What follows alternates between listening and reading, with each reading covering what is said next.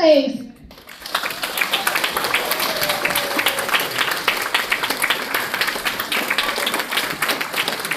而伴随我们总理的是 Tabaranga 选区国会议员 Simeon Brown and Minister of Health 卫生部部长 Welcome Prime Minister of New Zealand Christopher Luxon 和我们的东区 Botany 国会议员。Well, ni hao, da xia hao. It's great to see you all here in Howick, and great to see our Prime Minister of New Zealand, the Right Honourable Christopher Luxon. Please give him another round of applause.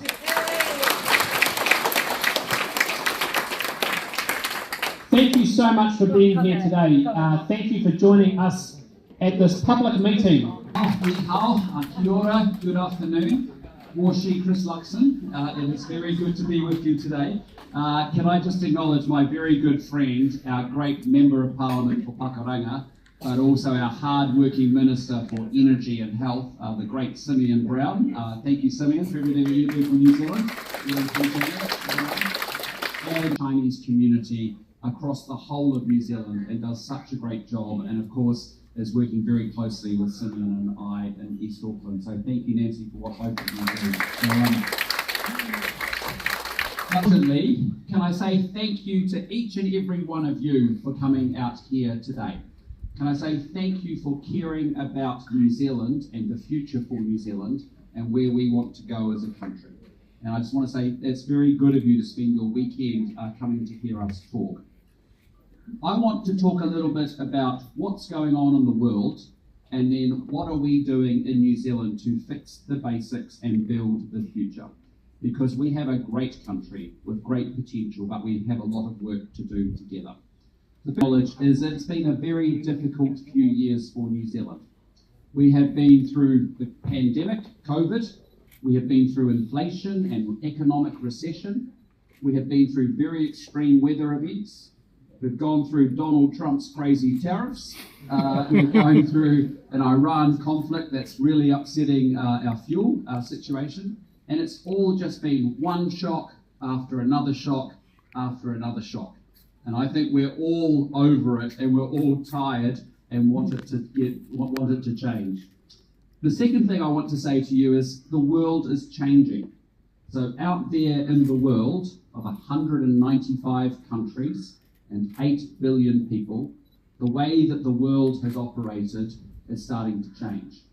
And how it's changing is it's going from a rules-based system where every country, whether it's small, medium or large, is treated the same, to a power-based system. And as a consequence, we need to acknowledge that that is a big shift that is happening. It is moving from a rules-based system to a power-based system. And as a consequence, New Zealand is a country that believes in a rules-based system because actually we get treated equally to bigger countries. And that's very important that we think and acknowledge how that changes our world that we're in. So we are going to keep working with our friends in the world who want to uphold the rules-based system, what's called the multilateral system, as the world moves increasingly to a multipolar system. But the thing is, we can't control everything in global politics. But the one thing that we can control is building a more stronger, more secure New Zealand here at home. That's what we have to do. So it might be crazy and chaotic and volatile and uncertain in the world, but that's just a good reminder for us to get going and to do the nation building work here in New Zealand. And the way that we do that is that we fix the basics and we build the future. That's the work that we all together have to do. Government, community, business people, working together to fix the basics and build the future so we have a stronger New Zealand, a more secure New Zealand. Now, despite all the challenges that the world is going through, and remember 195 countries and 8 billion people are going through the same challenges, I honestly believe that New Zealand has a great future if we are prepared to make the tough decisions to fix the basics and build the future. That's why I came to politics 5 years ago, because I actually believe in the potential of New Zealand. We have an amazing country, that can do extremely well in the years ahead. Despite all the chaos, New Zealand can still do very, very well and be a great place for our kids and our grandkids. And that's the work together that we have to build this great country of ours and make it even stronger. I look at it and I think we are very blessed to be in this part of the world. We are bang smack in the middle of the Indo-Pacific region, which is the fastest growing part of the world. In fact, 2/3 of the world's economic growth is going to come from the region that we are part of, the Asia-Pacific region. 2/3 of the middle classes of the world will be living in Asia-Pacific by 2030. So there is huge opportunity for New Zealand to do well, given the part of the world that we sit in. We have good, strong, democratic and social institutions in New Zealand, unlike many other democracies in other countries around the world.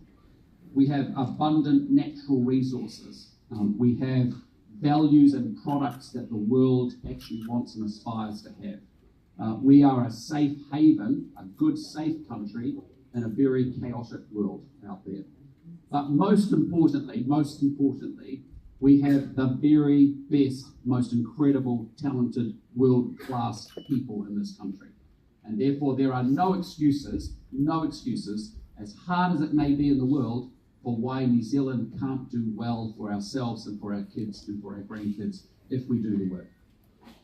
But, I want to say the real next consequence that led to wasteful spending, high inflation, high interest rates, and an economic slowdown. We have to fix the economy. Secondly, we were in a position where we had massive rising levels of crime. Crime was going up, gang membership was going up, violent crime